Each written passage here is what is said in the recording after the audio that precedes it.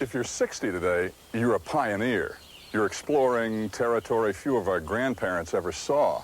They didn't live as long as we will. They didn't look forward to this period we call retirement. For most of us, late adulthood is a kind of extra season of life. But we still face one of the challenges they faced, and that is to try to tie up the strands of our life story, to ask, was my story a good one? Was it true to who I was? Are there still a few last things I might do to try to give my life story a better ending?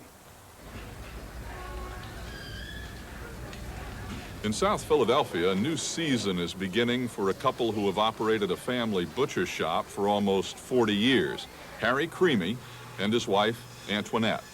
Being 61 now, I wonder where all those years went from being 20 and 30. Time has passed so fast. You know, my children have grown up so fast. And, you know, of course, like we said, I'm a grandparent now, and my grandchildren are coming up now.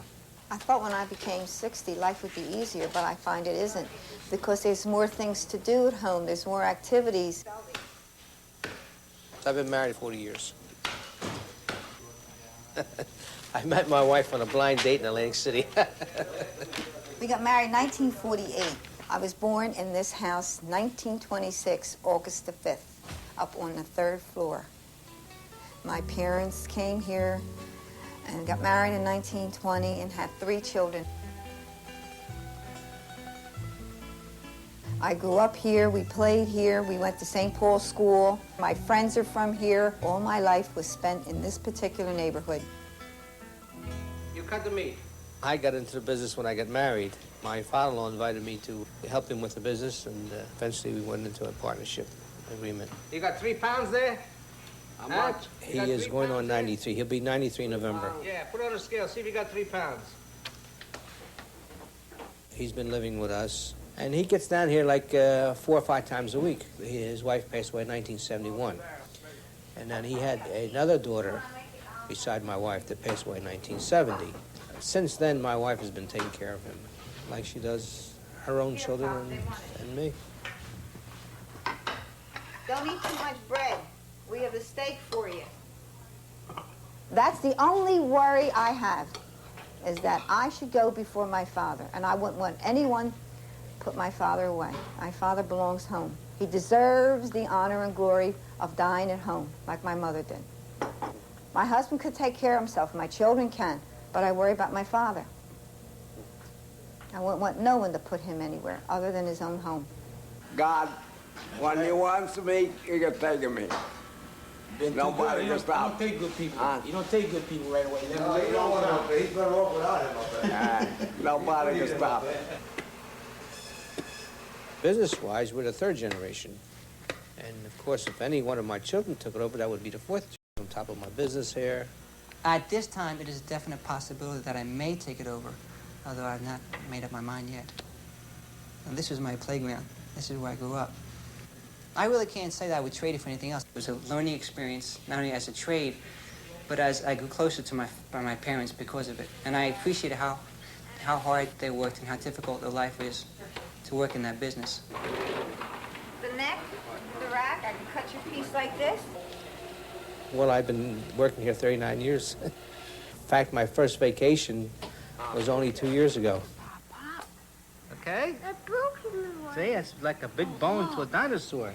Where's this from? Is his leg? All right, because we're going to grind it. I spoil my grandchild more than I own. And my children will always say that, but I feel I give more to him. He asks me for everything. I will go buy him everything he wants. I know it's spoiling him, but that's a grandmother's love. What else can you do? All right, now go here. When you raise your own children and you're in business, you don't have time to cater to your children. Like I find in particular now, even though I don't have time, I make time for my grandchildren. What do you call them, Damien? Bacon burgers. The biggest important thing to me is my family life and raising my children and seeing that they had a good education. If there's one piece of advice I would give to the new parent, try to talk to them. See what they're thinking. See what they're saying.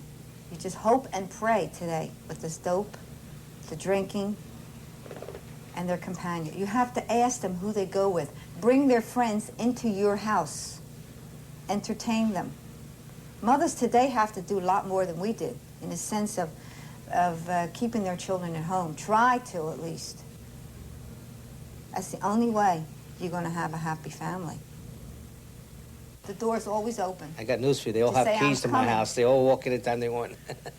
There's no need. There is no invitation. This is their home. They were born and raised there. I'm the mother. He's the father. So even my children are, two of my boys are both in professional fields. I still, I still hold it open to them that if they ever wanted to come into the business, the door is still open. For Harry Creamy, the door is opening on a new season. But what'll this season be like?